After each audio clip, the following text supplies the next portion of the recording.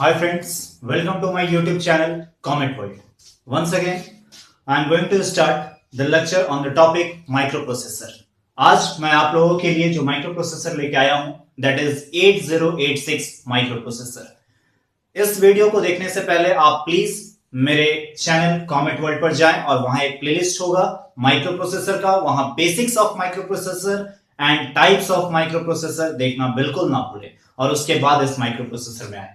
सबसे पहले मैं इस माइक्रोप्रोसेसर के बारे में इंट्रो दे देता हूं कि ये माइक्रोप्रोसेसर है क्या, कब आया और क्या नहीं। सबसे पहली बात आपको यह जान लेना चाहिए कि माइक्रोप्रोसेसर 8086 जो है वो 16 बिट का पहला माइक्रोप्रोसेसर है। ये 16 बिट क्या होता है, 8 बिट क्या होता है, 32 बिट क्या होता है, this all type of question solve हो जाएगा आपका। आप मेरे प्लेलिस्ट में बेसिक्स ऑफ माइक्रोप्रोसेसर वो आप देखेंगे तो सो प्लीज आइए हम 8086 पे कंसंट्रेट करें, क्योंकि मैं मान के चल रहा हूं कि आप यहां पर आए हैं तो वो वीडियो देख कर आए, इसलिए मैं बेसिक्स को यहां पर नहीं इंक्लूड करूंगा, नहीं तो ऐसे ही ये आर्किटेक्चर है, काफी लंबा जाएगा वीडियो। आप प्लीज इस चीज को ध्यान से देखें। 8086 first introduced in the year 1978 that was first 16 bit microprocessor। ये पहला 16 बिट का माइक्रोप्रोसेसर था जो कि 1978 में इंट्रोड्यूस किया गया था। ठीक है। The specialty of this microprocessor is that it supports pipelining. Through pipelining, it supports the faster execution because the whole architecture is divided into two parts. As we know that these two parts is known as bus interface unit and the execution unit. पूरा microprocessor दो part में divide था, जिसको पहले को हम लोग कहते थे बस interface unit and the another one is execution unit. बस इंटरफेस यूनिट और एग्जीक्यूशन यूनिट पाइपलाइनिंग को कैसे सपोर्ट करता है थोड़ा सा हम वो समझ लेते हैं। सपोज दैट बस इंटरफेस यूनिट के पहले हम ये समझेंगे कि माइक्रोप्रोसेसर 8085 हो गया, 8086 ये सब है क्या। All the microprocessor are the microprocessor and which has only three tasks: fetching the data, decode it, and then execute it.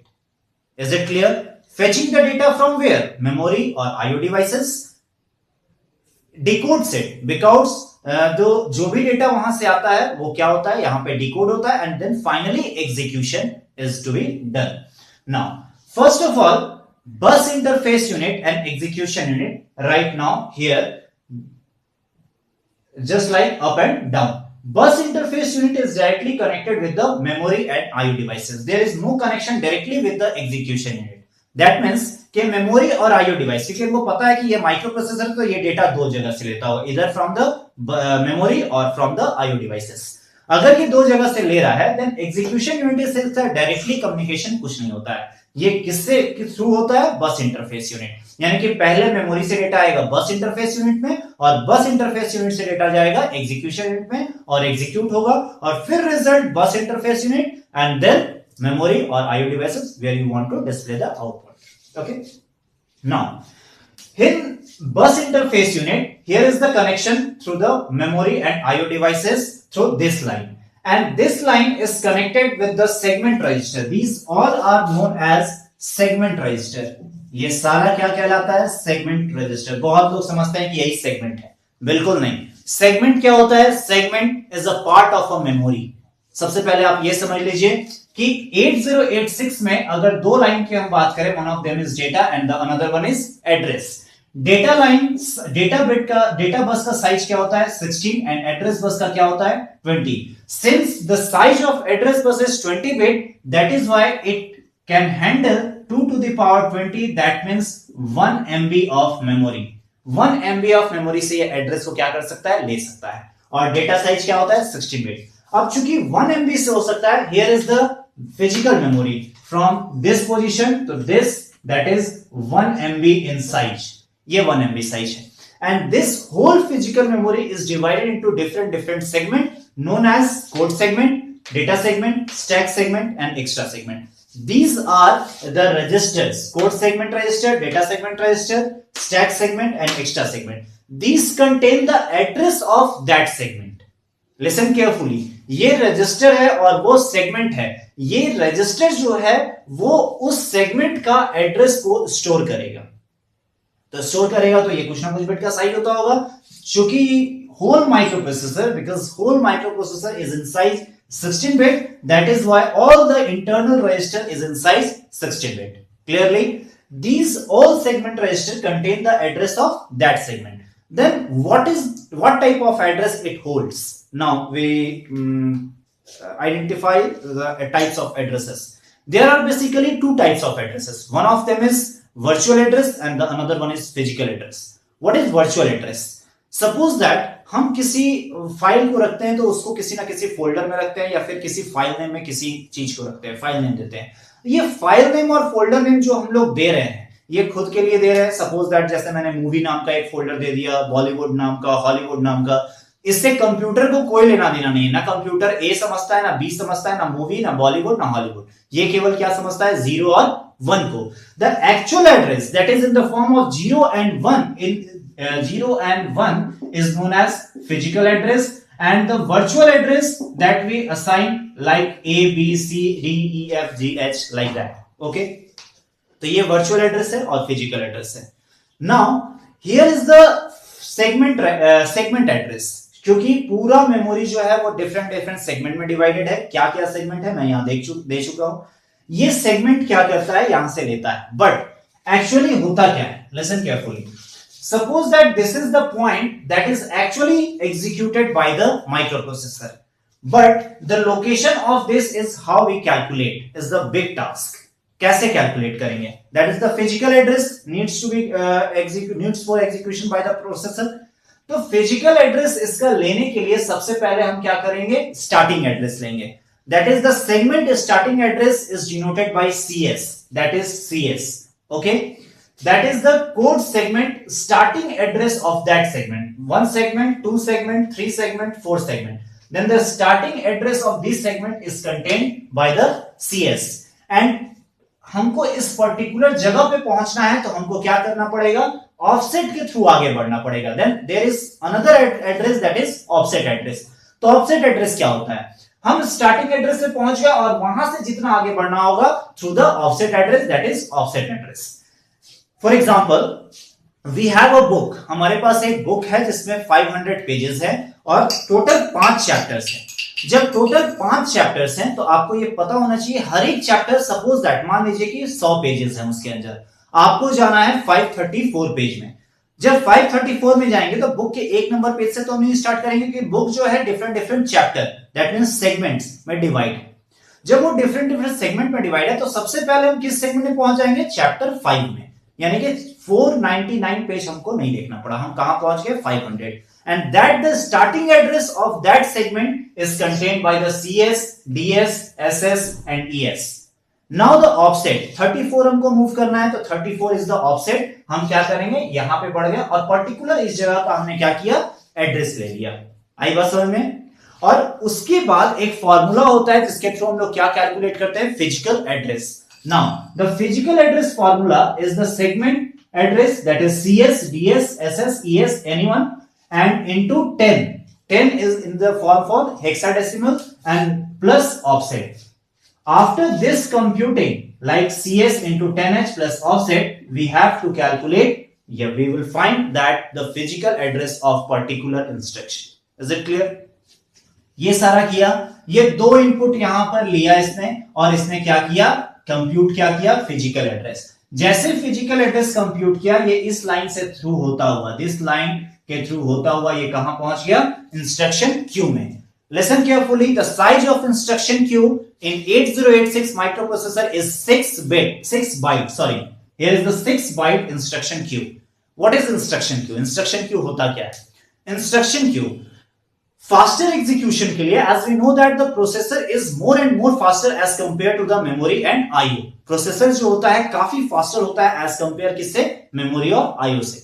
जब ये काफी ज्यादा फास्टर होता है मेमोरी और IO से तो हमको ये पता होना चाहिए कि फास्टर एग्जीक्यूशन हो रहा है तो क्यों हो रहा है? इंस्ट्रक्शन क्यू की वजह से. क्योंकि पाइपलाइनिंग को सपोर्ट कर रहा है. यहां पे 1 2 3 4 5 6 इंस्ट्रक्शन आ गए. जैसे 1 यहां पे आया फिर दोबारा आकर यहां, ताकि प्रोसेसर को एग्जीक्यूशन यूनिट को वेट ना करना पड़े इंस्ट्रक्शंस के आने का, इसलिए यहां पे क्यू खड़ा रहता है. So just like reservation counter line.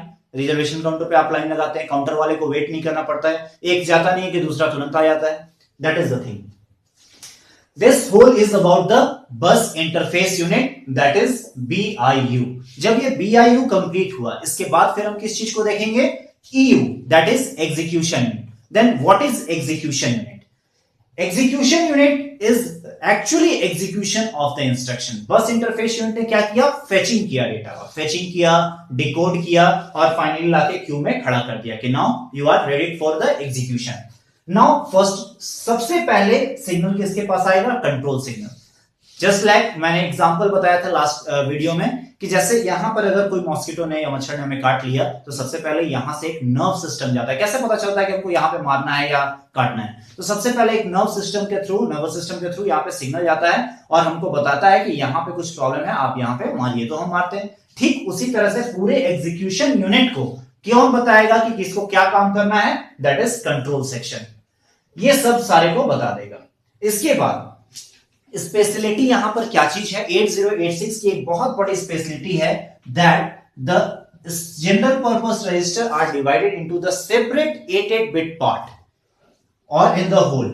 अगर AX, BX, CX और DX ये चार टाइप है, तो ये चारों टाइप अगर है तो ये चारों टाइप आप समझिए किस टाइप का है? 16 बिट का. But it is divided into two different part, AH and AL, that is 8 bit in size. AH 8 bit, AL 8 bit, BH 8 bit, BL 8 bit, CH, CL and DH, DL so on.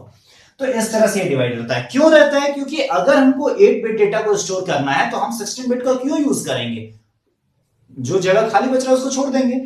तो 8 bit को store करने के लिए 8 bit separate ये divide हो जाता है, that is in the form of low bit and high bit. Here is the stack pointer and base pointer. Stack pointer shows the stack. Where is the stack in the memory? And base pointer shows that what is the base address of that stack. Is it clear? Here is the stack pointer. Listen carefully. That is the try to find out the offset.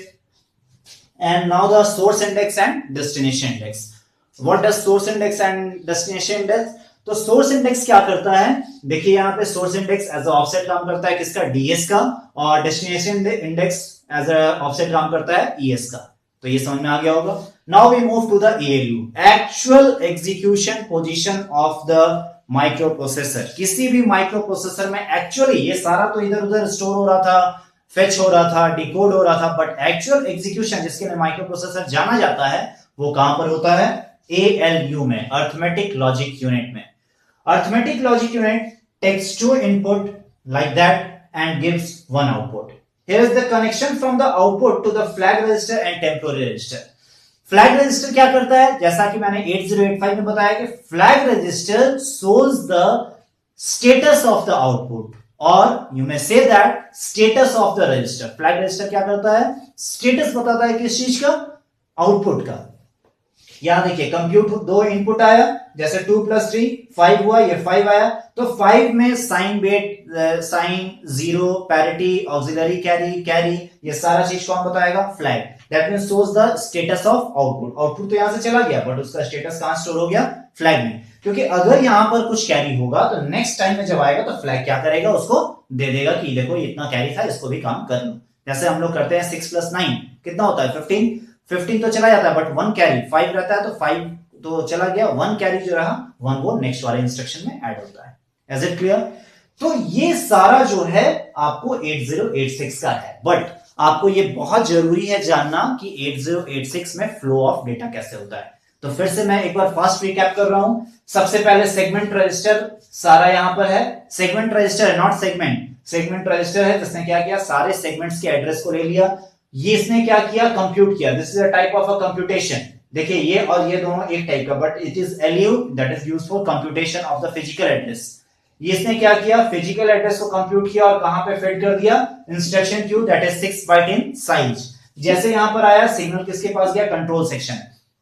अब really में control section क्या करता है? Nervous system की तरह बताएगा कि किस चीज को क्या करना है. जैसे मैंने बताया था, तो किस चीज को क्या करना है? That is control signal provided by the control section and stores the data in the general purpose. These general purpose register are the programmer friendly.